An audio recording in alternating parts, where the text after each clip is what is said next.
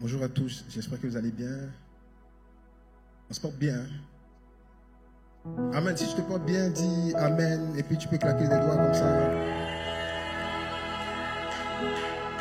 Amen. Yes.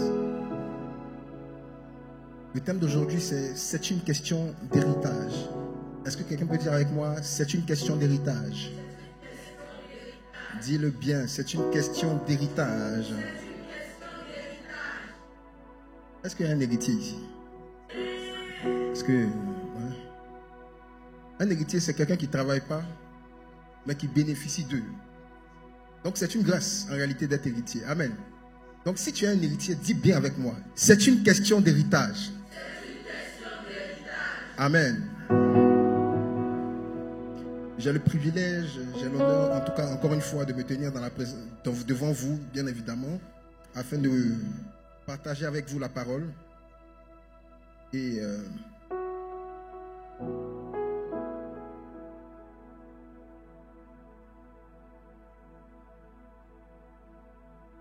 qui connaît un héritier ici? Mais qui est héritier? Ou qui connaît quelqu'un qui a déjà hérité de quelque chose? Amen.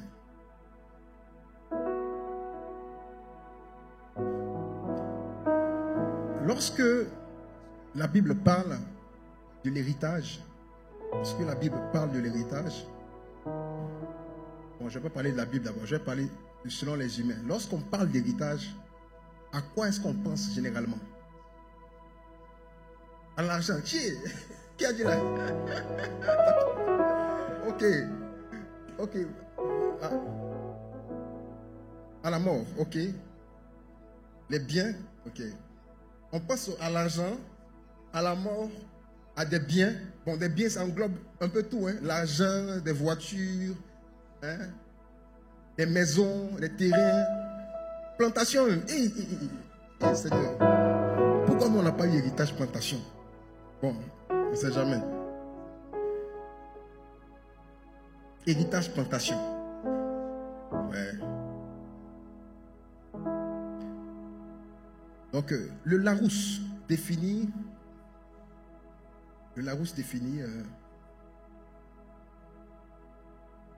l'héritage comme un bien ou des biens acquis ou transmis par voie de succession. Amen. Un bien ou des biens acquis ou transmis par voie de succession. Quand on parle de succession, on pense bien souvent à la mort. N'est-ce pas? Quand on parle de succession, on pense bien souvent à la mort. Mais sachez que la succession n'est pas toujours une question de mort. La succession... Ok, bon.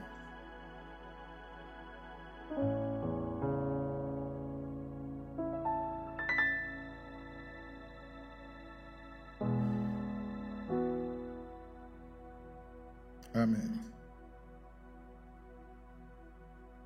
Donc je disais que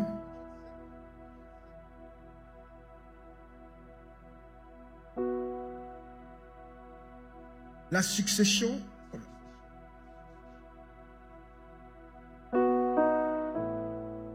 et moi je règle le son rapide. Alléluia.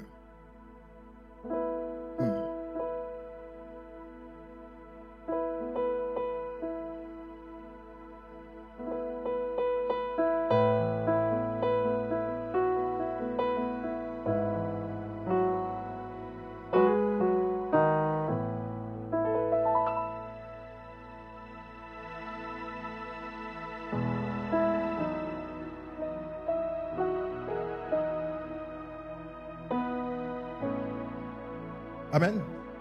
Donc je disais que généralement lorsqu'on parle de l'héritage, on pense aux biens matériels. Et donc le Larousse, qui est un dictionnaire français, définit l'héritage comme les biens, le ou les biens acquis ou transmis par voie de succession. Donc la succession en réalité peut être la mort. Mais la succession n'est pas obligée d'être la mort. On peut te léguer une place ou des biens sans que la personne soit morte. Amen. Il y a des personnes, par exemple, dont les parents ont ouvert un compte depuis qu'ils sont petits. Et bon, les enfants n'ont rien fait, ils n'ont pas travaillé. Mais à partir d'un certain âge, généralement c'est à 18 ans ou 21 ans en Afrique, quand l'enfant arrive à l'âge de la majorité, on dit « Ah, j'ai ouvert un compte quand tu étais petit. Là. » Donc ce compte-là, tu peux le prendre pour l'utiliser pour faire telle ou telle chose. Donc ça, c'est une forme en réalité d'héritage. Il y a une autre forme d'héritage qui est l'héritage transmis par...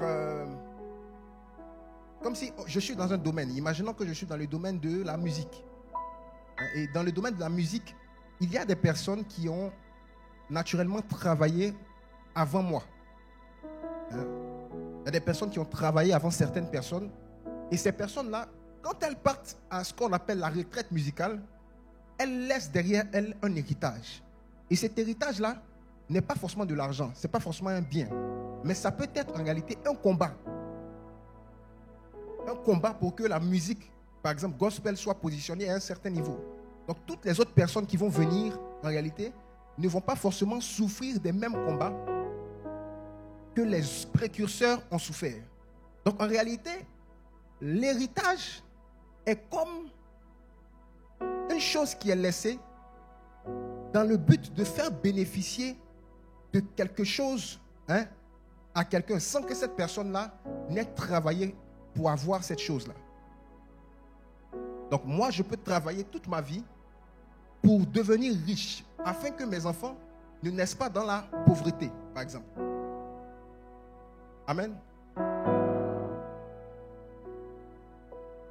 Et sachant qu'il y a différents types d'héritage, et moi j'ai dénombré 3 types d'héritage. Quelqu'un peut dire 3 types d'héritage. Alors, j'ai dénombré l'héritage matériel, qui sont les biens, les voitures, maisons, etc., etc. Peuvent être de l'argent. L'héritage matériel. Donc l'héritage matériel, ça peut être des appareils. Des appareils, ça peut être pas mal de choses qu'on connaît, dont on a cité tout à l'heure. Le deuxième type d'héritage dont je peux vous parler, c'est l'héritage génétique. L'héritage génétique est quel type d'héritage? Est un type d'héritage en réalité qui se voit d'un père ou d'une mère, sinon des parents aux enfants. Il y a des familles, par exemple, la famille de mon épouse, quand tu vas, tous les frères et sœurs, eux tous ont la même tête. Quand tu vois, tu sais que ceux-là, ce sont les Nda qui sont là. Voilà. Et donc, quand tu vois ça, tu te dis que bon, naturellement, les parents ont laissé un héritage. Il y a des personnes, par exemple, moi, par exemple, si je suis noir, ma femme est noire, on ne peut pas faire un enfant métis. On ne peut pas faire un enfant qui naît avec des cheveux blancs. Sinon, je vais douter. Je vais dire, mon épouse. C'est comme ça qu'il y a des enfants qui naissent. Et quand ils naissent là, on dit, il ressemble à qui? On cherche. Le bébé, même sa tête n'est même pas encore bien sortie. On cherche, il ressemble à qui? Il ressemble à son papa, il ressemble à sa maman. Non, Aurèle, il a quitté où? Tu vois, bon, tout ça. Pourquoi? Parce qu'on essaie de voir à qui il ressemble. Donc ça, c'est un type d'héritage qu'on appelle l'héritage génétique. Amen. Il y a des personnes qui naissent très grands de taille, tout simplement parce que leurs parents sont grands de taille. Il y a des personnes qui naissent petits parce que leurs parents sont petits. C'est pour ça qu'il y a des femmes, par exemple, non, je suis déjà petite. Si je vais prendre encore un homme qui est petit, bon, le calcul est vite fait. Tu vois, donc elles font ce genre de calcul-là parce que bon, on croit tous en l'héritage génétique.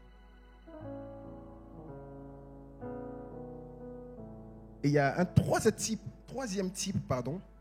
Ce qu'il faut savoir, c'est que le deuxième type d'héritage génétique est un héritage qui se transmet par le sang. Ça se transmet par le sang. Ce n'est pas un héritage qui se transmet par principe d'adoption. L'héritage, le premier héritage qui est l'héritage matériel, peut se transmettre par adoption. Amen. Le deuxième type d'héritage qui est l'héritage génétique est un héritage qui ne se transmet pas par adoption.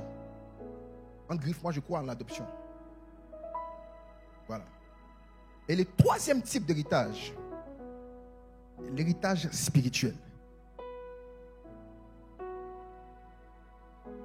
L'héritage spirituel est un type d'héritage qui est donné, on va dire, par la spiritualité. Mais l'homme est composé de quoi? De corps, d'âme et d'esprit. Donc, spirituellement,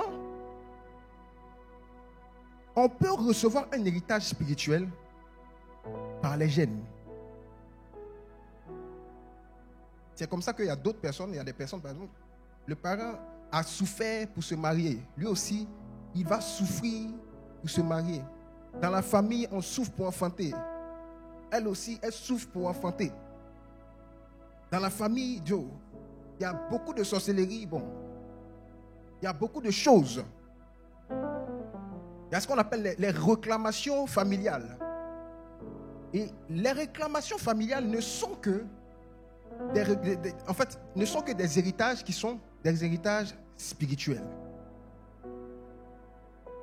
L'héritage spirituel, en réalité, peut se transmettre par voie génétique, peut se transmettre par adoption. Par adoption. Peut se transmettre aussi par rapport à un certain domaine. C'est-à-dire que quand tu hérites d'un domaine particulier, par exemple, tu peux hériter des souffrances. Par exemple, je suis né africain. Donc, étant né africain, par exemple, il y a des souffrances comme il y a des bonheurs dont bénéficient les Africains. Les prières que, par exemple, je vais faire ici en Afrique ne vont pas être forcément les mêmes si je suis né dans un autre territoire. Est-ce qu'on est d'accord? Si je nais aux États-Unis, non, je vais laisser aux États-Unis. Si je nais en France, je sais que je n'aurai pas forcément besoin de trop prier pour aller me faire soigner. Pourquoi? Parce que le système même met quelque chose en place pour favoriser l'aspect social. Si tu es en France et que tu es dehors, c'est que tu as envie d'être dehors. Je connais des personnes, personnellement, j'ai une amie qui, elle paye 5 € pour la cantine de son enfant. Oui. 5 €, c'est genre 2500 et quelques quoi. L'enfant mange à la cantine tous les jours. Il dit, mais elle me parlait, non, je dois payer la cantine. Je dis, tu dois payer la cantine. Bon, la cantine, c'est combien? 5 €. Il dit, mais même, c'est que même nous en Afrique ici. Moi, je scolarisais ma petite soeur. Cette cantine là, c'est 30 000.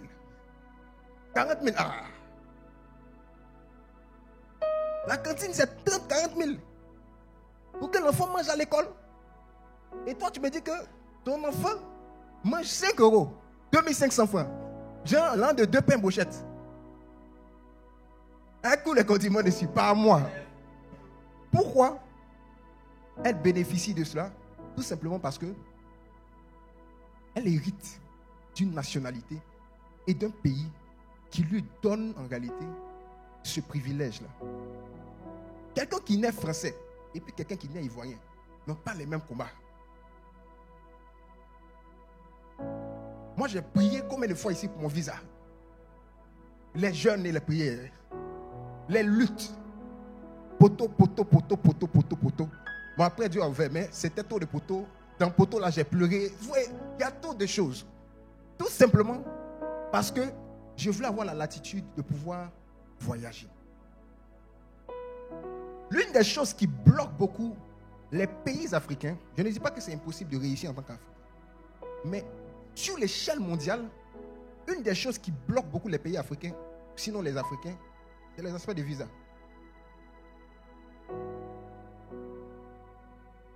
Un Français ou un Américain, il a la vue sur le monde. C'est que si ça ne va pas en Côte d'Ivoire, il peut dire je m'en vais en Irlande. Mais toi, si ça ne va pas en Côte d'Ivoire, tu vas aller voir si Accra ça va. Maintenant, Accra aussi, il y a ces combats là-bas. Tu vois, tu es dans un lot de combats. Petit même Maroc où les gens partaient là, ils ont mis visa encore. Tu vois, ils ont mis tous les systèmes pour te mettre dans un truc. Tout est bloqué. Obligé de faire des demandes et des demandes. Parce que tu ne te rends pas compte. Mais tu n'es que le fruit d'un héritage. En fait, l'héritage peut être avantageux pour toi, mais l'héritage peut être aussi désavantageux dans le sens de la limitation. Donc, si tu hérites une personne, tu hérites de ses limitations et tu hérites aussi de ses avantages.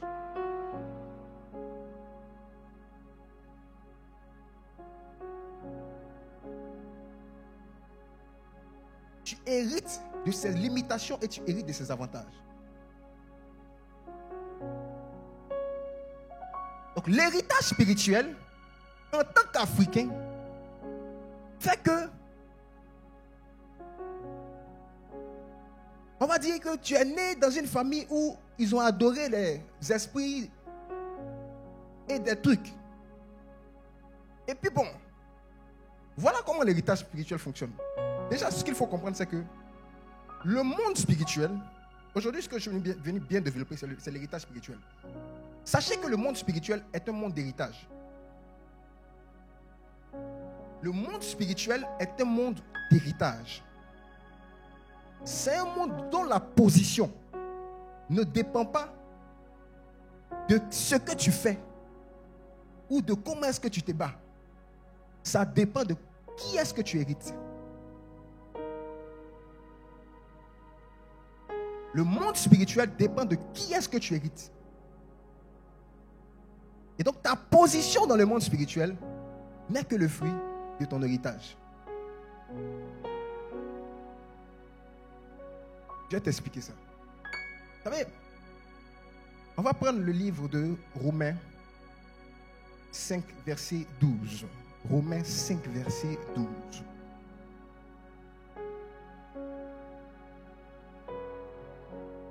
Romains 5, verset 12. Est-ce qu'on y est? Romains 5, verset 12.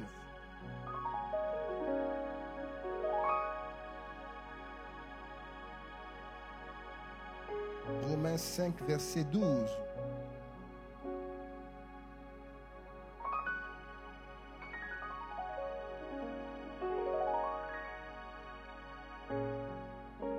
La Bible dit, c'est pourquoi, comme un seul homme, le péché est entré dans le monde, et par le péché, la mort.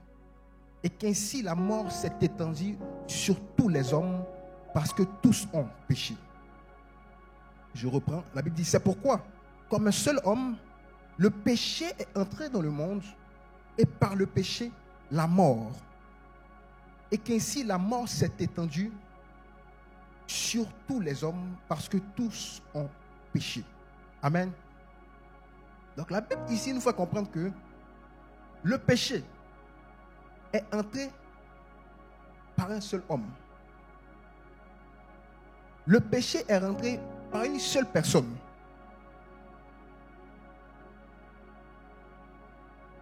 Et quand le péché est rentré par une seule personne, le péché s'est étendu sur tous. Le péché a conduit à la mort. Et le péché s'est étendu sur tous. Et la Bible dit quoi? Parce que tous ont péché.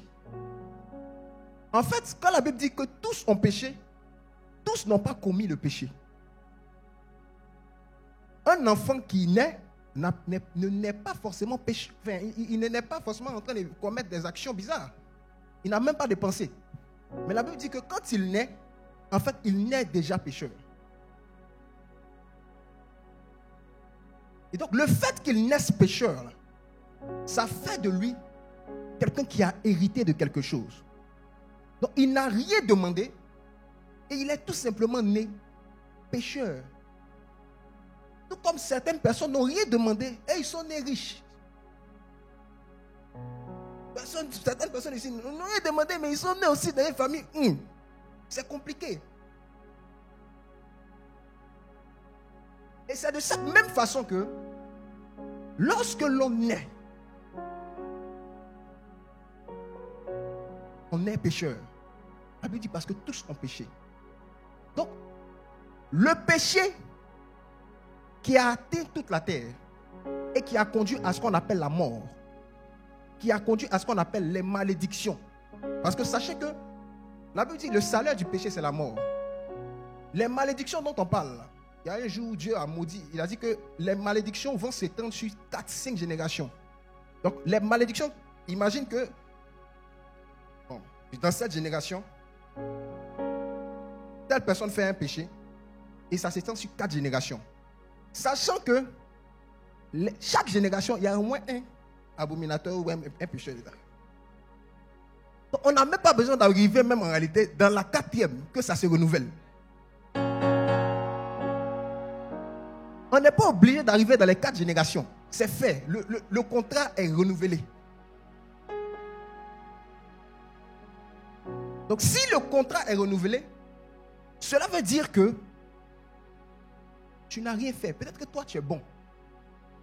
Mais est-ce que celui qui était là 4 générations avant toi, il était bon?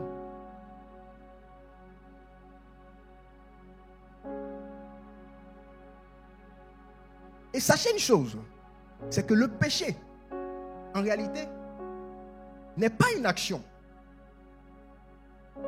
Le péché est un état. Pourquoi est-ce que le péché n'est pas une action et le péché est un état? Tout simplement parce que la Bible dit que tous ont péché sans que tous commettent le péché. Je vais m'arrêter là. Sinon, je peux pousser un peu plus loin, mais je vais m'arrêter là. Tu n'as rien fait. Tu nais. Tout comme tu n'as rien fait, tu es né dans une famille pauvre. Tu n'as rien fait. On t'a accouché. Tu es né avec les problèmes. Tu n'as rien fait. Tu es né avec prière de visa. Quand tu es né, ta destinée est que toi là, quand tu vas aller déposer une demande, tu vas prier pour voyager. Tu vas jeûner. Tu vas venir à l'église et puis on va te dire, jeûne pour ton visa. Tu n'as rien fait. On va te dire, pour passer à un autre niveau financier, tu dois jeûner et prier. Pourtant, tu n'as rien fait. Donc, la même façon qu'on ne fait rien et puis on est pauvre ou on est riche, c'est de cette même façon qu'on ne fait rien et puis on est pécheur. Le péché, ce n'est pas une action. Le péché, c'est un état. Et le péché est un état spirituel. Le péché est une action, est un état, spirituel. Et c'est de cette même façon que le royaume de Dieu, la justice, n'est pas une question d'action. C'est une question d'état aussi. C'est une question d'état. Quand je dis état, c'est une question d'héritage. De la même façon qu'on a hérité d'Adam, le péché, c'est de cette même façon qu'on hérite en réalité de la vie éternelle d'une autre personne. Amen. On va le lire en réalité. Je vais quelque part. Je ne suis qu'à l'introduction. Je ne suis même pas dans mon message. On va lire Jean 1, versets 12 à 13. Jean 1, versets 12 à 13. La Bible dit, mais à tous ceux qui l'ont reçu, à ceux qui croient en son nom, elle a donné le pouvoir de devenir enfants de Dieu, lesquels sont nés non du sang, ni de la volonté de la chair, ni de la volonté de l'homme, mais de Dieu. Je reprends. La Bible dit, mais à tous ceux qui l'ont reçu, tous ceux qui ont reçu Jésus, elle a donné le pouvoir de devenir enfants de Dieu. Donc ça veut dire qu'on devient enfant de Dieu. Donc, quand tu n'as pas encore accepté Jésus, tu n'es pas enfant de Dieu. Quand tu n'as pas encore accepté Jésus, tu es enfant de qui? Tu es enfant de Satan. Et si ce n'est pas Pierre, c'est Paul. Celui qui n'a pas encore accepté Jésus n'est pas un enfant de Dieu. Donc, tous ceux qui sont là, nous, on est tous des enfants de Dieu. On ne peut jamais être tous des enfants de Dieu. L'évangile est clair. On ne peut jamais être tous enfants de Dieu. On est enfant, on devient enfant de Dieu. Et la Bible dit, à tous ceux qui l'ont reçu et à ceux qui croient en son nom. Donc, ces personnes qui font des débats dans les rues pour expliquer que nous, notre Jésus là, ce n'est pas le Jésus en réalité. Ces personnes-là ne peuvent pas être appelées enfants de Dieu. Je ne peux jamais me tromper pour les appeler enfants de Dieu. Pourquoi là? Parce que la Bible dit, ce qui te donne la capacité de devenir enfant de Dieu, c'est quoi? C'est le fait que tu crois en Jésus. Amen. Donc si tu ne crois pas encore bien en Jésus, sache que tu as aujourd'hui la possibilité de devenir enfant de Dieu. Et la Bible dit, lesquels sont nés non du sang, à savoir non de la génétique. Donc c'est que quand tu deviens enfant de Dieu, tu n'es pas enfant de Dieu, tu ne deviens pas enfant de Dieu tout simplement parce que ton papa c'est Dieu qui t'a accouché. Non. C'est pour ça que la Bible dit non du sang, ni de la chair. La chair aussi c'est la génétique. Ni de la volonté de l'homme. Ce n'est pas parce que tu veux que tu deviens enfant de Dieu, mais de la volonté de Dieu. Donc c'est Dieu qui a bien voulu que l'homme devienne enfant de Dieu. Dieu peut tout simplement te dire que bon, tu es sauvé comme ça, sans être son enfant. Parce que quelqu'un peut rentrer dans ton royaume sans devenir ton enfant. Mais en réalité, Dieu fait de toi son enfant. Parce que Dieu en réalité a un héritage pour toi en tant que son enfant.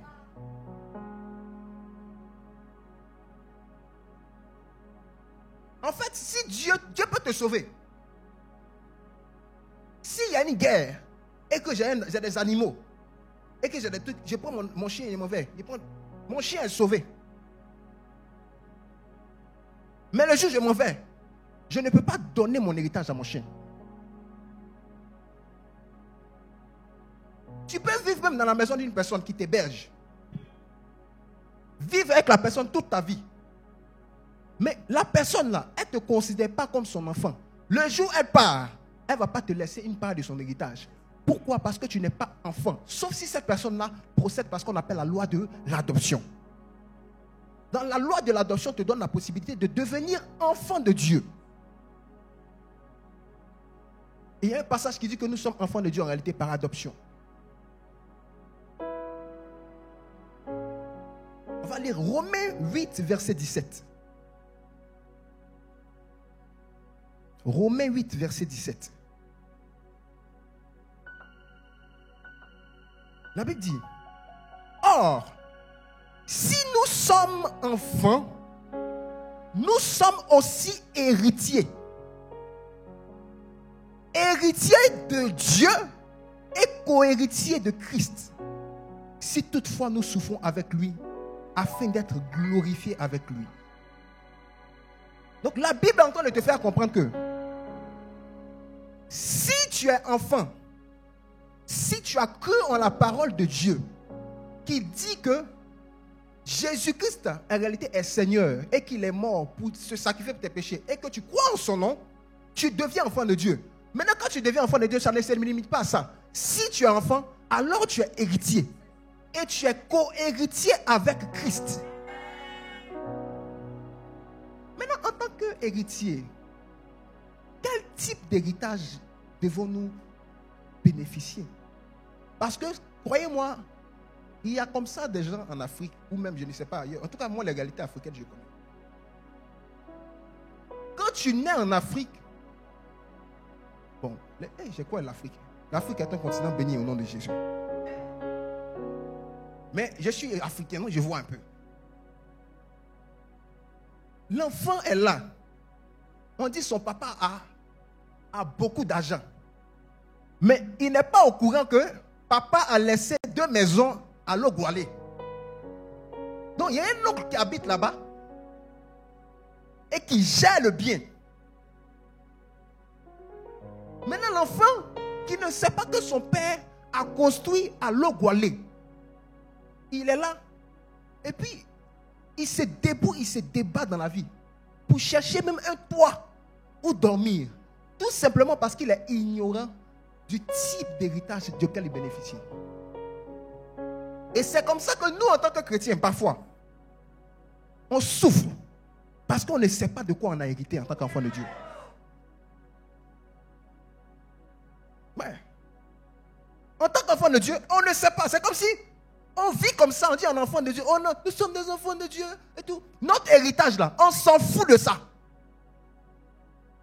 On ne s'intéresse pas à notre héritage. Ou bien on ignore tout simplement notre héritage. Et si on ignore, sachant qu'il y a un tonton qu'on appelle le dévoreur, un tonton qu'on appelle le voleur, il va venir et puis il va en réalité jouer maintenant en réalité sur ça. Si je suis l'enfant de l'homme le plus puissant du monde, en réalité, il y a des choses desquelles je ne peux pas avoir peur. Il y a un type de menace de quoi je ne peux pas avoir peur. En tant qu'enfant de Dieu, parfois on est menacé par des entités spirituelles et on n'arrive pas à faire valoir notre identité. C'est pourquoi on souffre. Parce qu'on ne sait pas de quoi on a hérité quand on devient enfant de Dieu.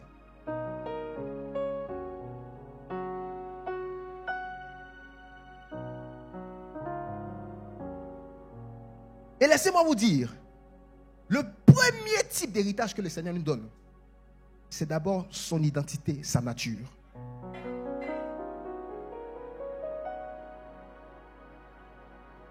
Le Seigneur nous donne premièrement son identité et sa nature. Et quelle est sa nature? Romains 4, versets 24 à 25.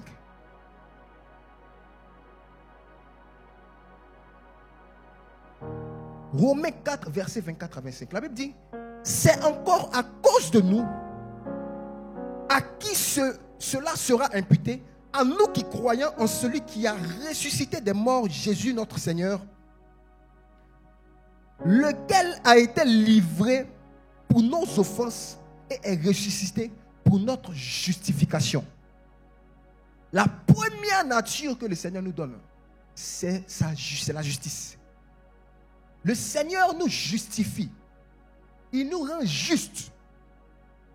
En fait, cette justice-là ne t'est pas donnée parce que tu as commis de belles actions de justice. Cette action t'est donnée tout simplement parce que tu es devenu héritier. Donc, il t'a donné la nature de la justice.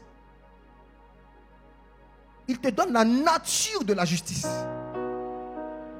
Donc, la première chose que Dieu te donne, qui constitue en réalité la nature de Dieu, c'est la justice.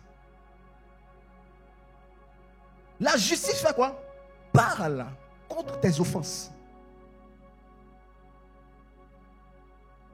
Il dit, il pourrait le dire en Hébreux 10, il dit, je ne me souviendrai plus de leurs péchés ni de leurs iniquités.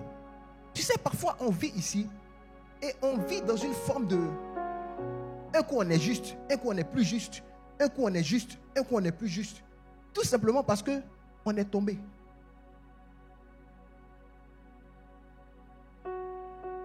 Quelqu'un qui a donné sa vie à Jésus, on va regarder la personne. Lui là, je ne le sens pas trop. Il sait pas.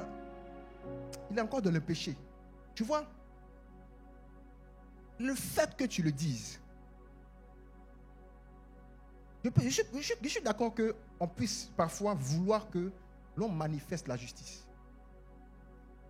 Mais le fait que tu accuses quelqu'un, ou que toi-même tu t'accuses, par ta capacité, excusez-moi, je ne suis pas en train de dire qu'on doit vivre n'importe comment, mais par ta capacité à vivre d'une certaine façon bizarre, c'est un manque de foi dans la parole du Seigneur.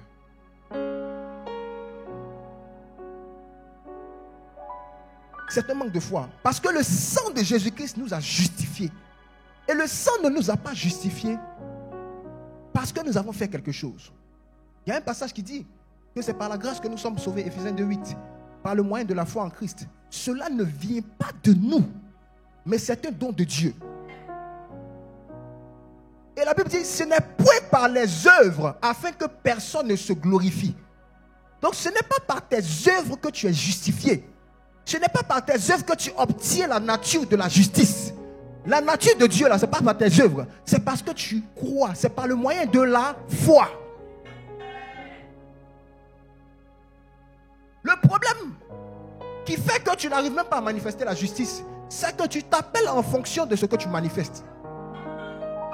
Quand tu es bon, tu es juste. Quand tu es mauvais, tu es injuste. Tu es bon, tu es juste. Tu es mauvais, tu es injuste. C'est pour ça que tu as l'impression que tu es changé. En fait, si tu sais qui tu es, tu vas que manifester ce que tu es. Et voilà pourquoi Dieu ne veut pas que tu puisses, même quand tu es tombé. Voilà pourquoi la Bible dit, le juste tombe 7 fois. Ce n'est pas le pécheur, c'est le juste. Et quand le juste est tombé, il est juste. Mais il est juste à terre. Et la Bible dit quoi? Il se relève 7 fois. En fait, ce qui fait qu'il se relève là, c'est sa nature, c'est sa conscience et c'est la foi dans le fait qu'en réalité il soit juste.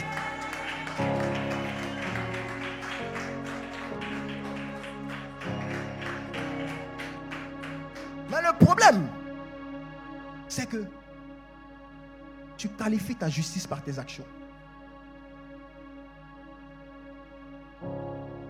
On va écouter d'autres personnes, on va aller se promener sur les réseaux. Pécheur, pécheur. Tu vois, moi, plus personne ne peut me convaincre que je suis pécheur. C'est impossible. Regardez, je n'étais pas encore dans une bonne vie. Hein. Mais quand j'ai eu cette connaissance-là, même quand quelqu'un est... Tu sais qu'ici dans mon... Comme j'essaie de mes dégagements. Même dans les dégagements, quelqu'un ne peut pas me convaincre que je suis pécheur. Parce que je ne crois pas en ce qu'il dit. Ce n'est pas lui qui m'a rendu juste. Celui qui m'a rendu juste, c'est Jésus. Et la Bible me dit que c'est par la foi. Donc la nature que j'ai eue là ne vient pas de par ma capacité à manifester quoi que ce soit. Mais c'est ma capacité à manifester la justice me vient de par ma connaissance de mon identité. C'est la première des choses que Dieu te donne. C'est la justice, la nature de la justice. La deuxième chose que Dieu te donne, la Bible te donne, Dieu te donne ce qu'on appelle... On va lire Hébreux 10, verset 10 à 14. Hébreux 10, verset 10 à 14.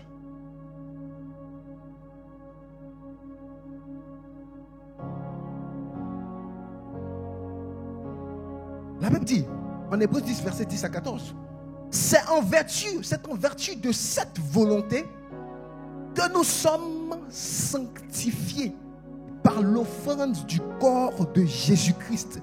Une fois pour toutes. Ça veut dire que l'offrande du corps de Jésus-Christ te rend saint. Une fois pour toutes. Ça veut dire pour de bon. C'est fini. It's over. C'est fait. C'est fait. Une fois pour toutes. Ta sainteté et ta sanctification ne te vient pas de par ta capacité à manifester les choses. Ça te vient de par ta capacité à pouvoir avoir conscience en réalité que Jésus-Christ a donné son corps pour toi et il a donné son sang pour toi. Par l'offrande du corps de Jésus. La sanctification dont on parle. On dit sans la sanctification, nul ne peut voir Dieu. Mais en fait, c'est de quel type de sanctification l'on parle? Est-ce que c'est une sanctification de ma vie? Est-ce que c'est la manifestation ou c'est la nature? Je crois une chose, c'est la nature. C'est que la nature qui peut te faire manifester les choses. Ce qui me donne la capacité en réalité de pouvoir acheter quelque chose, c'est parce qu'il y a l'argent. Si je n'ai pas, je ne peux pas. Voilà pourquoi celui qui n'a pas la nature de Dieu ne peut jamais être juste. Il ne peut jamais se justifier par quoi que ce soit. Celui qui n'a pas la nature de Dieu, il ne peut jamais être saint. Il ne peut jamais manifester la sainteté. Il ne peut jamais manifester la sainteté. La sainteté se manifeste en réalité par ta nature. En fait, ta lutte là, c'est parce que tu comptes sur toi. Ce pourquoi tu luttes là, tu comptes sur toi. Je suis saint. Mais non, tu dois compter par Jésus-Christ qui t'a rendu saint. On compte trop sur des justices humaines. On compte trop sur nous. On compte trop sur notre capacité à pouvoir être bon. Alors que la Bible dit qu'il n'y a rien de bon en l'homme. Il n'y a pas de juste, pas un seul chez les humains. Ce qui nous justifie, c'est le sang de Jésus. Ce qui nous sanctifie, c'est l'offrande du corps de Jésus. C'est l'évangile que je viens de prêcher aujourd'hui. Je suis venu te prêcher l'évangile. Et la Bible dit au verset 11, et tandis que tout sacrificateur fait chaque jour le service et offre souvent les mêmes sacrifices qui ne peuvent jamais ôter les péchés. Lui, après avoir offert un seul sacrifice pour les péchés, s'est assis pour toujours à la droite de Dieu, attendant désormais que ses ennemis soient devenus son marchepied. Ça veut dire que Jésus-Christ ne viendra pas mourir une deuxième fois pour toi. Pour te rendre juste là, il n'y aura pas d'autre solution pour Jésus. Il a déjà fait. Soit tu crois, soit tu ne crois pas. Il n'y aura pas d'autre option pour toi. Il n'y aura pas d'autre solution pour toi.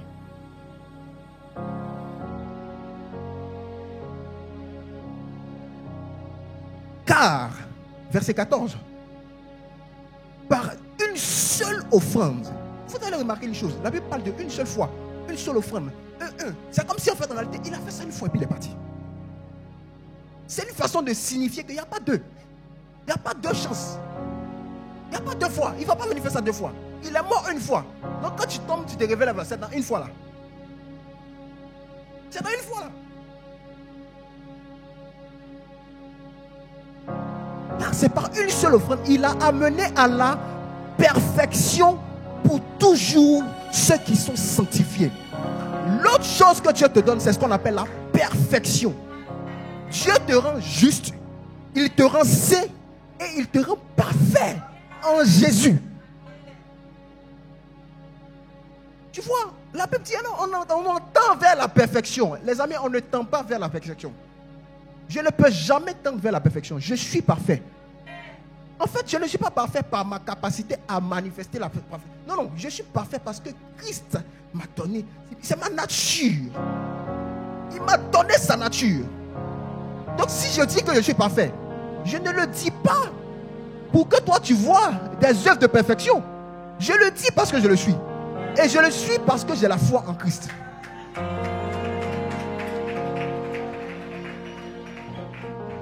Ton problème, c'est que tu manques de foi. Ton problème, c'est que tu veux être justifié par tes œuvres. Tu veux être sanctifié par tes œuvres. Tu veux agir selon tes œuvres. Tu veux tout faire par tes œuvres. C'est ça ton problème.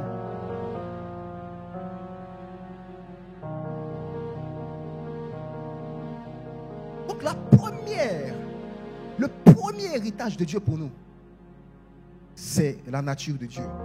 Et dans sa nature, il y a la justice, il y a la sainteté et il y a la perfection. Amen.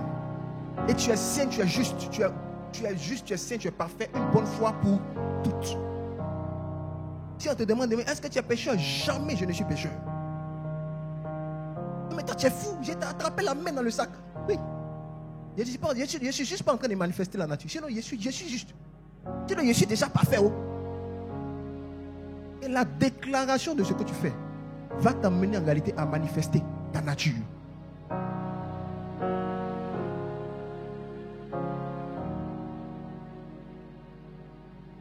La deuxième chose que Dieu te donne, c'est la bénédiction. Quelqu'un peut dire la bénédiction? Éphésiens 1, verset 3.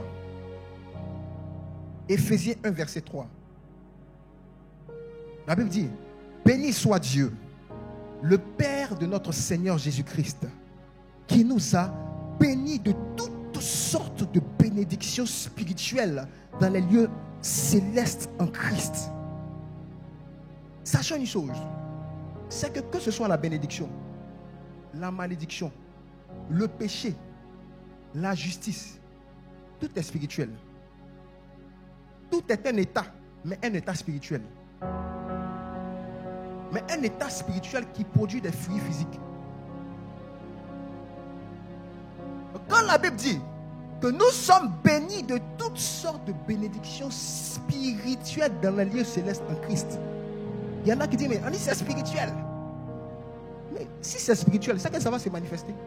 De la même façon que le péché a été spirituel et ça s'est manifesté, c'est de cette même façon que la bénédiction qui est spirituelle, elle va se manifester. Pourquoi est-ce que le Seigneur nous bénit? Parce que le péché nous a maudits. Parce que le péché de nos pères nous ont maudits. Le péché de nos ancêtres ont parlé contre. Le péché de nos ancêtres a parlé contre nous.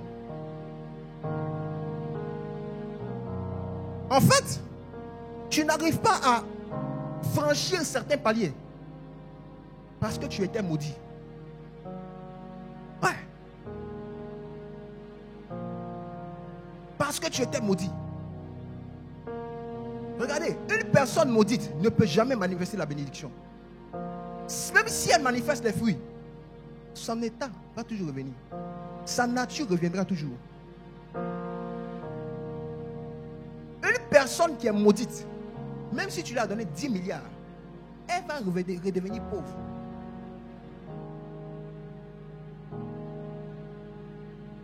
Mais une personne qui est bénie, 10 000 peut la rendre milliardaire. Et tu as besoin de ce qu'on appelle la bénédiction de Dieu.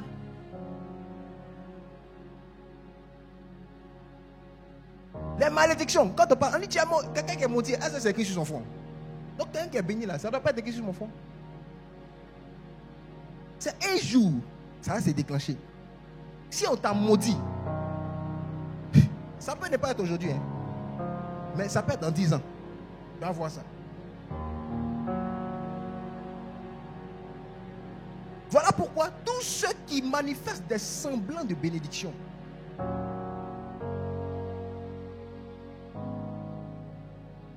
des mondains. Non mais, moi j'ai plus de temps que toi. Non mais, elle vit dans le monde. Mais il vit dans le monde. Mais il a tout ce qu'il veut. Et il ressemble à un modèle. Elle ressemble à un modèle. Il faut savoir que ce sont les fruits. Mais ce n'est même pas les fruits de la bénédiction. C'est la gloire éphémère que Satan lui a donnée d'abord. Parce que son devant ne sera pas bon. Tout ce que Satan donne, c'est éphémère. Regardez, la bénédiction, ce n'est pas seulement l'argent. Ce n'est pas les gloires. Parce que même, regarde, quand Satan a voulu tenter Jésus, il a voulu le tenter avec quoi? Avec la gloire. Il a dit, je te donnerai tout. Est-ce que Jésus a dit non, c'est faux? Jésus qui est Dieu, il ne peut pas dire c'est faux. Il ne peut pas discuter. Jésus n'a même pas pu discuter. Jésus a dit, il est écrit.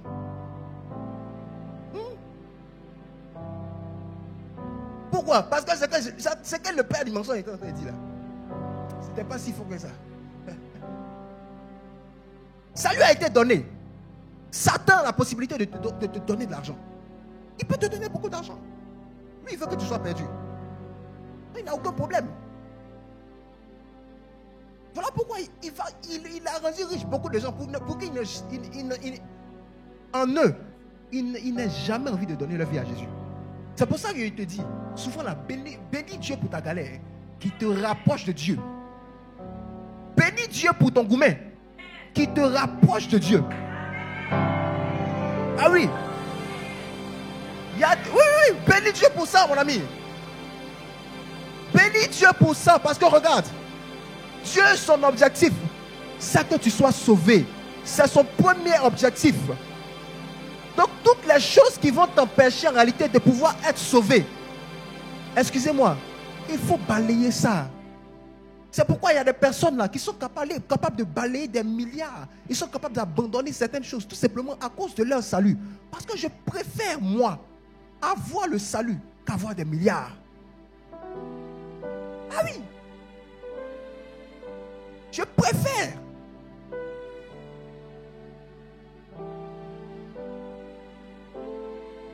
Dieu rend riche. Il dit Dieu, c'est pas Dieu. Satan rend riche beaucoup de gens. Il rend autosuffisant beaucoup de personnes. Ils ont l'impression d'être dans des réseaux qui filets vont prospérer. Parce que Satan veut que tu sois à l'aise dans ta non-croyance en Dieu, dans ta non-croyance en Jésus. Il veut que tu fasses rien à Jésus. Il y a des personnes qui me disent, mais Dieu, s'il est là comme ça, il nous bénit. Mais pourquoi est-ce que moi, je souffre? Pourquoi est-ce que moi, je suis? Mais moi, je dis, c'est une opportunité. Il dit, mais petit, tu as donné sa vie à Jésus. Ton père lui dit, non, tu as donné ta vie à Jésus parce que tu étais dans la nécessité. Il dit, mais gloire à Dieu pour sa nécessité. Dieu merci, elle est passée par une galère. Je suis heureux pour sa galère. Parce que par sa galère, elle a connu Jésus. Par sa galère, elle a connu le Maître. Donc ta galère, peut-être, en fait, l'opportunité de ta vie, là, ça peut être ta galère. L'opportunité de ta vie, ça peut être ton échec au visa.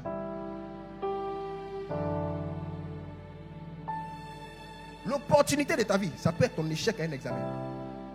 Tout échec n'est pas échec pour Dieu. Un échec fait pour la cause de l'évangile n'est pas un échec pour Dieu. Voilà pourquoi les gens comme les Paul et les Pierre, ils ont sacrifié leur vie. Vous savez pourquoi? Parce qu'en réalité, leur seule gloire, ils leur tiraient tout simplement dans quoi? Dans le fait que les gens soient sauvés, une multitude soit sauvée. Et toi, tu devrais tirer ta gloire dans ce que les gens soient sauvés. Mais moi je dis, ils ont payé déjà le prix de la pauvreté. Je ne vais pas payer le prix de la pauvreté. Moi je vais être riche et puis gagner les pauvres. Je vais être riche et gagner les riches. Riche et puis évangéliste. Riche et prédicateur.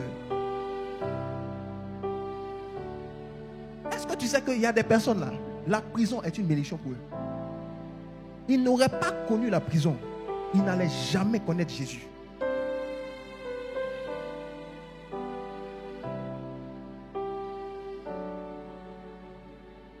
Ah oui.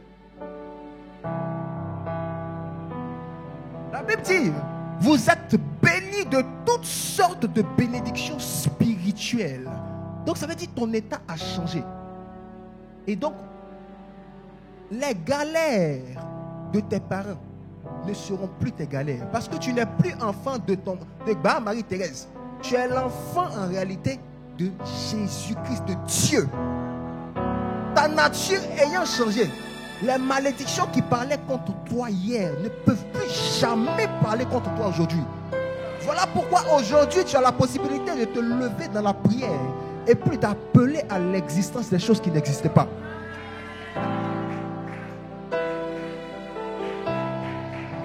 En fait, quelqu'un qui n'est pas béni ne peut jamais appeler à l'existence cette chose-là, la bénédiction. Il y a des gens qui disent, je suis déjà béni, je n'ai pas besoin de prier pour la bénédiction. Ce n'est pas vrai. Tu as besoin de prier parce que la Bible dit, tout ce que vous demanderez en mon nom, je vous donnerai. En réalité, Dieu t'a déjà béni. Mais la manifestation de la bénédiction en réalité ne viendra que par la prière. Mais la prière, la Bible dit, la prière du juste est d'une grande efficacité. Mais la prière de quelqu'un qui n'est pas juste, qui n'a pas reçu Jésus-Christ, ne peut jamais rien créer au ciel. Et tu es la seule personne à pouvoir appeler ta bénédiction. Voilà pourquoi, ayant compris ça, la Bible dit que c'est la vérité qui a franchi. Ayant compris ça, tu dois te lever aujourd'hui avec l'esprit que je suis juste, je suis saint, je suis parfait. J'ai la nature de Dieu. 1. 2. Je suis déjà béni. Seigneur, tu as dit que je suis béni. Je ne veux pas manifester la pauvreté que je manifeste aujourd'hui. J'appelle la richesse au nom de Jésus. Je ne peux pas continuellement échouer. Non. Je t'ai déjà rencontré.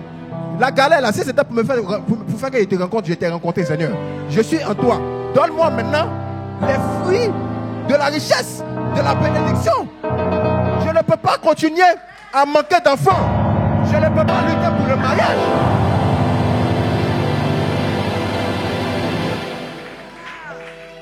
Je ne peux pas. Pourquoi? Parce que je suis déjà béni.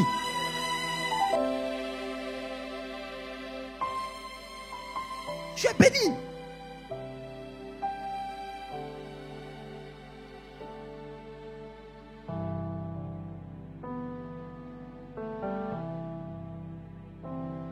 Tu es béni. La première des choses, c'est sa nature, son identité. La deuxième des choses, c'est la bénédiction. On va lire la troisième des choses. Jean 14, verset 4 et verset 5 à 20. C'est une longue lecture. Hein? On va lire rapidement. 114, versets 5 à 20. La Bible dit, Thomas lui dit, Seigneur, nous ne savons où tu vas. Comment pouvons-nous savoir le chemin? Jésus lui dit, je suis le chemin, la vérité et la vie.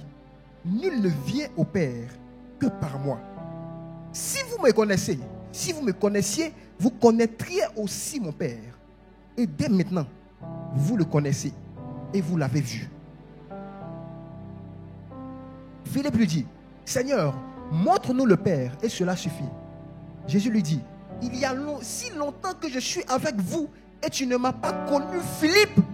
Celui qui m'a vu a vu le Père. Comment dis-tu, montre-nous le Père? Ça, ici, Jésus est en train de faire comprendre que c'est lui qui est le Père. C'est lui qui est Dieu. Ceux qui disent non, Jésus n'a jamais dit la parole que dit les dieux. Là. Voilà ça. Ne crois-tu pas que je suis dans le Père et que le Père est en moi? Les paroles que je vous dis, je ne les dis pas de moi-même. Et le Père qui demeure en moi, c'est lui qui fait les œuvres. Croyez-moi, je suis dans le Père et le Père est en moi. Croyez du moins à cause de ses œuvres.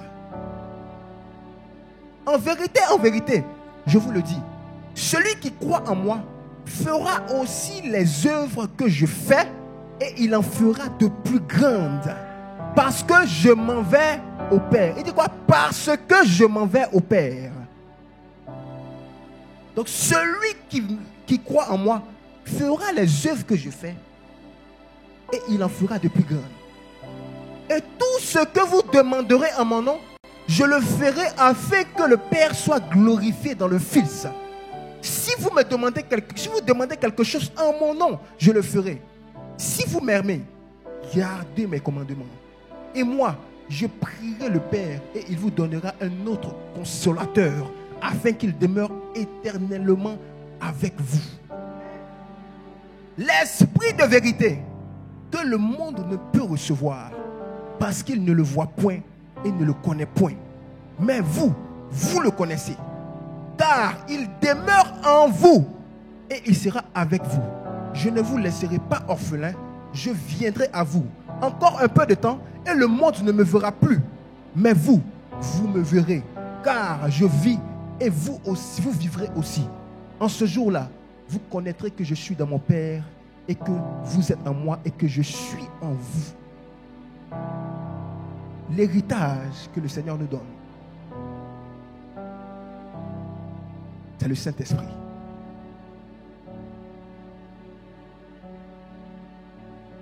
L'Esprit de vérité, c'est le Saint-Esprit que le Seigneur nous donne.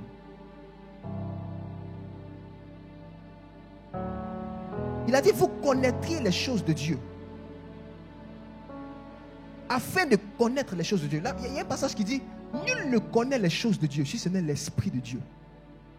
Donc, pour connaître et comprendre les choses de Dieu, il faut le Saint-Esprit. Donc, Dieu nous donne en réalité le Saint-Esprit. La deuxième chose, je parlais tantôt, c'est la prière. Appeler la bénédiction par la prière. On va lire maintenant Marc 16, versets 16 à 18.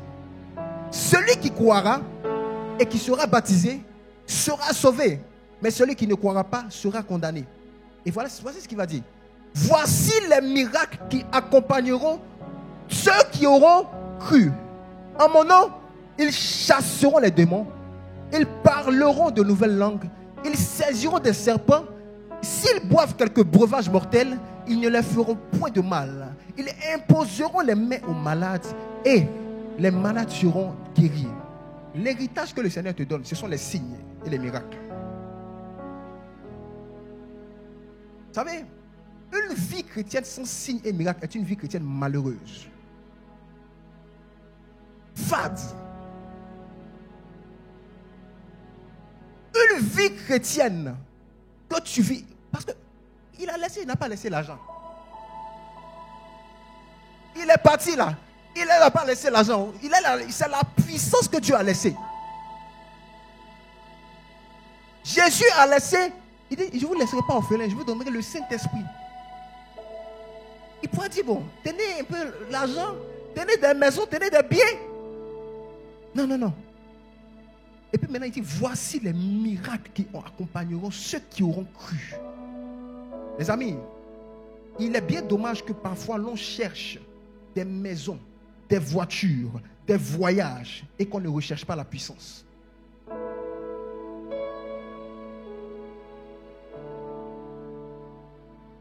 Les maisons, les voitures et toutes ces choses, croyez-moi, bien que ce soit le fruit d'une bénédiction, ça ne vous distingue en rien de ceux qui ne sont pas chrétiens. Ça ne vous distingue en rien de ceux qui n'ont pas reçu Dieu. La chose qui vous distinguera, c'est la puissance.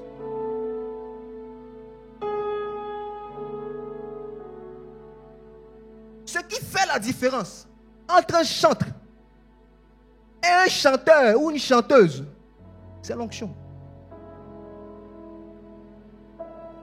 Sinon, si c'est belle voix, croyez-moi, ces gens-là chantent plus bien que nous. Oui. Moi, quand j'écoute Whitney Houston, je ne connais aucun chanteur qui peut bien chanter. Bon, aucun chanteur personnellement. Ce qui fait la particularité des chants, c'est l'onction. La musique païenne, là, musicalement, c'est doux, parfois. Moi, je ne suis pas hypocrite. Moi, l'histoire de... Non, non, non. Quand tu écoutes parfois, quand tu es musicien, ah, il a tué, hein? Mais ce qui fait la différence entre ces musiques et puis la musique chrétienne, c'est l'onction. Voilà pourquoi toi, en tant que chrétien, si tu n'as pas l'onction, tu n'as pas la puissance, ta vie chrétienne est fade. Et voici les signes qui accompagneront ceux qui auront cru. Mais toi, ces signes-là, ça ne t'accompagne pas. Donc, qu'est-ce qui va me prouver en réalité que tu as cru?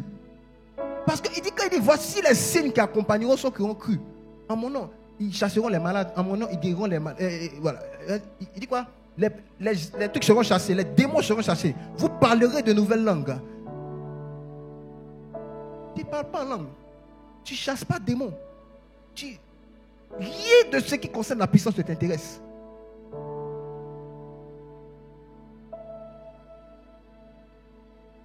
Tu n'as aucun niveau de puissance.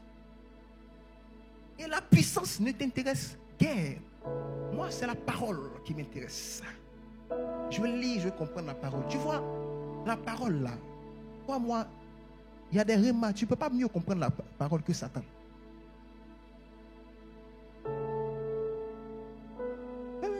Si le gars il a réussi à créer ce qu'on appelle des faux prophètes, c'est qu'il y a un niveau de parole quand même.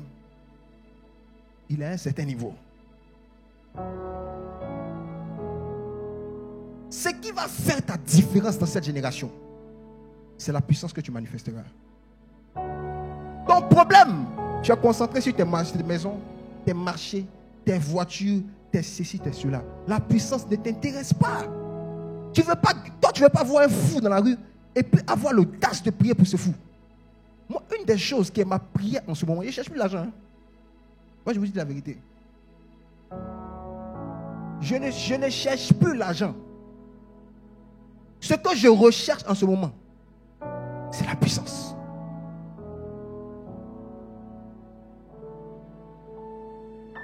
Moi, le Seigneur m'a fait comprendre que mon ministère ne sera rien sans la puissance. Une église sans puissance, c'est un regroupement de personnes. C'est un regroupement. On entend, il s'est regroupé. Il faut qu'on manifeste la puissance en tant qu'église. Ils disent même pas Amen. Quand c'était les bénédictions, Amen! Hein? Vous criez pour les voitures, les bénédictions, les trucs. Mais ta meilleure bénédiction, c'est la puissance. Satan, sachant que c'est le signe, sinon ce sont les signes qui allaient distinguer ceux qui croient de ceux qui ne croient pas, a fait quoi? A mis dans cette génération une mentalité qui nous amène à rejeter tout ce qui est puissance.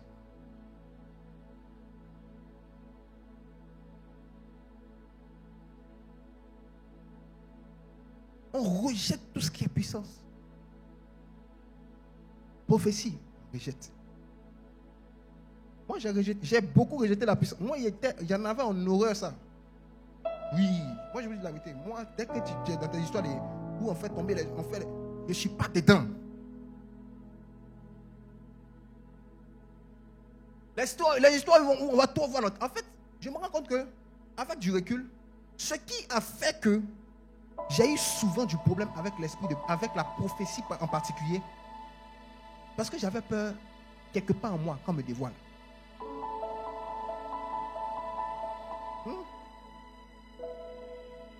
J'avais un problème avec ça. Et j'avais peur. Pourquoi? Parce que je me disais que mon avenir n'était pas meilleur. Donc, j'ai une parole pour toi, il ne faut pas me dire. Parce que j'ai envie d'entendre quelque chose qui est beau. Quelque chose qui est mielleux. Qui est sucré. Donc, je ne voulais pas tomber sur des prophéties du genre, tu vas connaître telle galère, tel truc. Tu vois, mais je n'ai pas rencontré les prophètes. Mais ça ne m'a pas empêché de rencontrer mes galères. Sans prophétie, autant connaître ce qui m'attendait. Ensuite, connaître la gloire. Dieu est un Dieu de prophétie. Dieu, même la venue de Jésus-Christ a été prophétisée. Après Jésus, quand Jésus-Christ est venu, il a donné une prophétie. Jusqu'à Apocalypse, là. On peut écrire ça, c'est pas prophétie. Hein? Apocalypse a été écrit là. C'est par l'esprit de prophétie.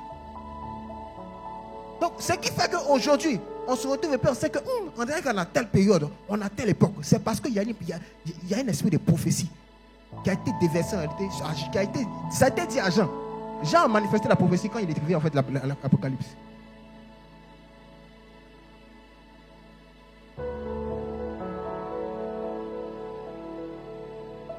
La promesse que Dieu a faite à Abraham, le père de la foi, c'est: je te donnerai une progéniture grande, plus aussi grande que ces étoiles. C'était prophétie. Là, tu ne veux pas entendre le futur. Tu ne veux pas entendre des choses qui annoncent. Quand on chasse des démons, il y a trop de trucs comme ça. Mais c'est la preuve, c'est la manifestation de la puissance de Dieu. Ça te fatigue. Parce que tu as peur de tomber aussi. Tu as peur. Non, c'est la peur. Beaucoup, en réalité, ils font genre, ils n'aiment pas. C'est pas qu'ils n'aiment pas. Ils ont peur de tomber. Ils ont peur que ça tombe sur eux. Ils ont peur que ça se manifeste sur eux. Dès qu'il y a un mouvement de puissance, il y en a qui sont tu vas les voir là. Ils ont fermé leur esprit. Tu fermes ton esprit à l'esprit de Dieu. Il n'est pas loin d'un démon.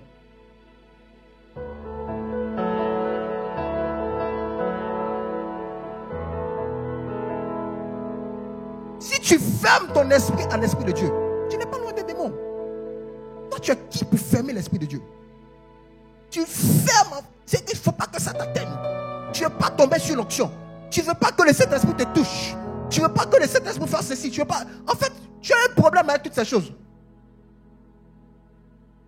Les histoires où on pleure. Les histoires où on pleure. Où on est dans la présence de Dieu, on prie. On est là, on prie. On voit les gens prier. Ils sont bouillonnants. Tu es dérangé. Pourquoi? Parce que tu ne sais pas faire aussi. Et quand tu sais faire là, c'est doux. Quand tu sais faire là, tu es dedans. Dès que tu vois te rakata, tu es dedans. Tu veux faire. Et ça te dérange parce que tu ne veux pas faire. À faire ou à adorer, puis on va pleurer là. Toi, tu ne veux pas pleurer. Aïe! C'est toi.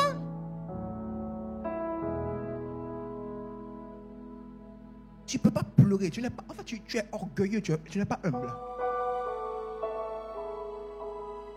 L'insensibilité à la présence du Saint-Esprit est de l'orgueil.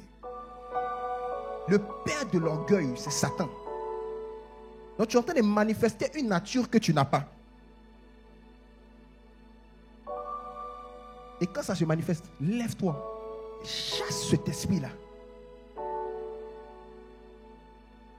Les autres parlent en langue, ils font semblant. Ils sont des faits semblants. Moi, charabia comme ça, je parle dedans. Tu vois, le charabia là, c'est doux. Moi, j'aime ça. Je détestais ça avant. Je vous parle en tant que quelqu'un qui a détesté ces choses-là. Je ne parle pas sans expérience. J'en ai eu ça en horreur. Moi, les gens qui se... Je me moquais des gens. On partait souvent des programmes de prière. Là. Il y a des amis là. Quand ils recevaient le Saint-Esprit... Après ça, je dis, mais quand tu faisais... C'était quoi? C'est quoi? C'est le feu. C'est quoi? Et je me moquais.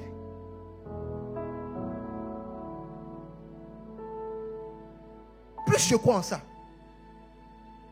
plus j'expérimente ça. Il y a des fois, je suis venu ici. Je priais. Je suis venu, dans la semaine même. Je priais. Jusqu'à un moment, je suis tombé ici. Pouf, ici. J'ai commencé à crier. Ah! J'étais seul. Bon, pas heureusement, mais j'étais seul. Je pleurais. Ah! Et c'était tout. En fait, je suis à terre, je crie, mais c'est doux. Je sens que le Saint-Esprit est en train de me soulager de quelque chose.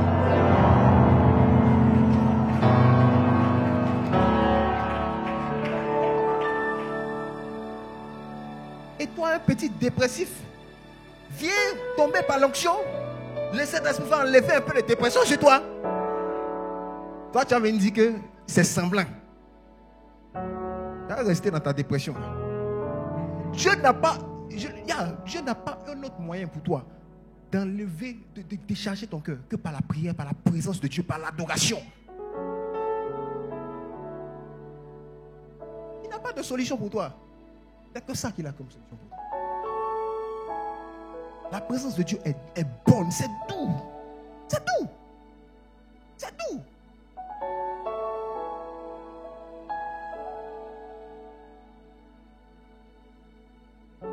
Voici les signes qui accompagneront ceux qui auront cru.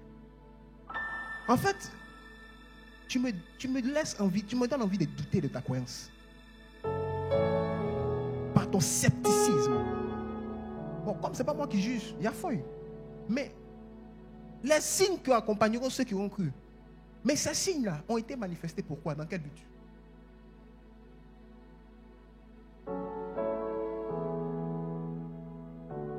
Même Jésus, il dit, je suis dans le Père et le Père est en moi. Si vous ne croyez pas, croyez au moins à cause de ceci, de ces œuvres. Donc les œuvres là vont emmener les gens en fait, à avoir un témoignage palpable de ce que tu représentes vraiment. Tu ne peux pas dire que Dieu est puissant et tu ne sais pas manifester la puissance. Je pense qu'il y a un niveau d'évangélisation qu'on va avoir. Si on n'est pas dans la dimension de la puissance, les amis, on ne va pas gagner des gens.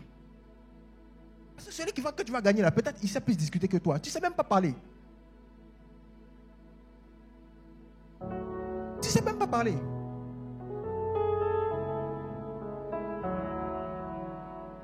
Tu ne sais pas parler. Tu n'as même pas un beau discours. Lui, il va te sortir la philosophie. Tu as te sentir mélangé. Tu as dit non, ce n'est pas par de vains discours persuasifs. Mais la Bible, ce n'est pas par de vains discours persuasifs. Mais c'est par une démonstration de la puissance. Donc ça veut dire qu'à un moment là, évangile où on discute beaucoup là, Dieu n'est pas dedans. Il est dans la démonstration. Jésus n'était pas un débatteur. Hein? Jésus ne t'a pas donné le Saint-Esprit pour que tu sois la meilleure personne pour faire le débat. Non, à un moment on ne fait plus de débat. À un moment on impose les mains. Tu as mal au ventre, on t'impose les mains. Et puis c'est fait. Il multiplie les pains. Ah oui. Les amis, aspirons à la puissance. La puissance n'est pas réservée aux pasteurs. La puissance n'est pas réservée aux prédicateurs. La puissance est réservée à tous ceux qui auront cru. Et toi, en tant que croyant, il faille que tu sois capable de manifester la puissance. Amen.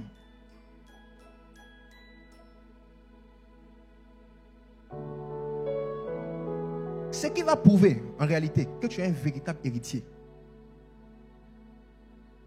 Parce que tu dis que tu es juste, tu es saint, tu es parfait. Tu dis que tu es béni, tu es un machin, tu n'as aucun signe. Demande le signe de la puissance. Quand tu chantes, Tu veux bien chanter, c'est bien. Il faut que ce soit professionnel, c'est beau, c'est bien. Mais il faut que ce soit puissant, les amis. Il y a un niveau où on veut atteindre. Moi, le Seigneur m'a fait comprendre ça. Petit, c'est bien beau de rechercher l'excellence. Mais est-ce que tu sais que tu dois rechercher l'excellence dans la puissance? En fait, il faut que autant tu recherches l'excellence dans les choses qui sont belles, les écrans, les temps, il faut rechercher l'excellence de la puissance, l'onction. Il faut que tes serviteurs, là, ils recherchent l'onction. Ils ne soient pas des gens qui servent juste pour servir. Ils ne chantent pas juste pour chanter. Ils ont fait 15 répétitions sans puissance. Ça ne sert à rien. 15 répétitions. Puissance 0. Ça ne sert à rien.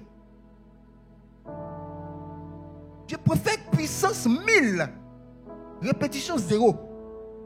Et puis performance 100%. Parce qu'une performance qui est faite avec puissance, croyez-moi, on va oublier que tu chantes bien ou mal. Oui, il y a des niveaux où il y a des gens qui chantent, tu ne sais même pas s'ils chantent bien. Tu ne sais pas. Je ne sais même pas ce qu'elle a. Mais quand elle chante, c'est elle que je veux. La belle voix là, ça satisfait la chair. Mais les gens spirituels, ils ont en horreur les gens qui chantent bien sans puissance.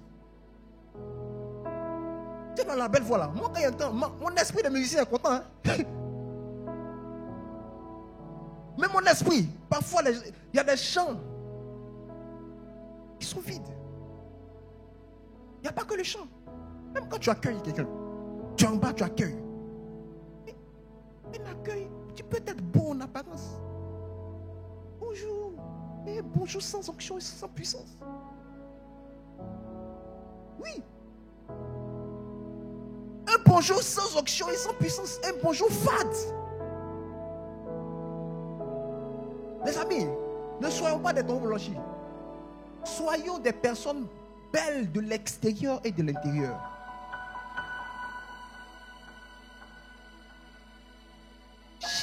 Recherchons ardemment la puissance.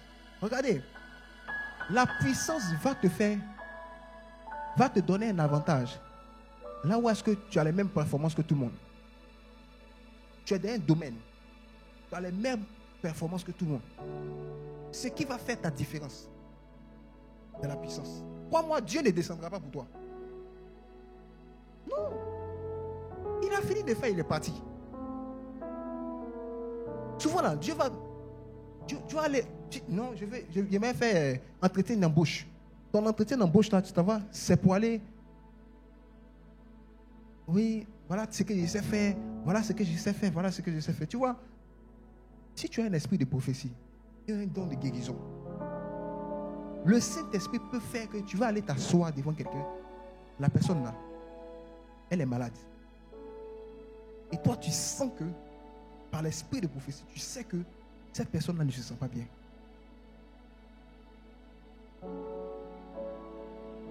Excusez-moi, tu finis de faire. Est-ce que je peux prier pour vous?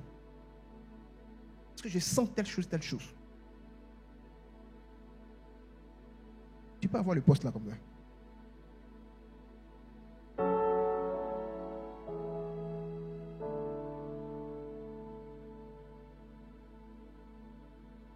Les méthodes humaines sont limitées. Mais là, tu vas constater la limite de la méthode humaine quand tu vas sentir. Il y a un moment, tu as fait tout ce qui est humainement possible. Et puis tu as besoin de puissance. C'est comme si tu as besoin d'une intervention divine. Mais toi, tous les jours, Dieu n'a qu'à venir faire pour toi. Alors que Dieu dit, lui, il est en toi. Il habite en toi. Donc pourquoi tu ne fais pas... Pourquoi tu ne manifestes pas ta nature? Ton problème est que tu ne crois pas que Christ est en toi. Tu le dis par slogan, tu le dis parce qu'on te l'a dit à l'église, mais tu ne le sens pas. C'est comme si ce n'était pas encore devenu une révélation pour toi.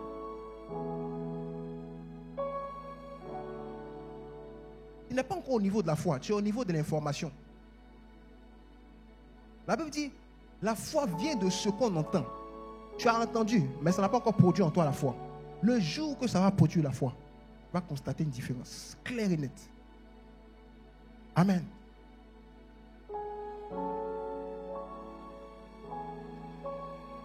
C'est une question d'héritage. c'est une question de puissance. C'est une question d'identité. C'est une question de bénédiction. Avec ces informations que tu as, pars et expérimente une autre facette de Dieu, une autre facette de la vie chrétienne. Si tu as écouté cette prédication comme une prédication normale, tranquille encore, une prédication de plus, Dieu n'a plus rien pour toi. Sache-le. Dieu n'a plus rien pour toi. Parce que Dieu ne viendra pas se sacrifier encore. C'est fini. Dieu t'a déjà béni. Dieu ne va pas encore venir te bénir.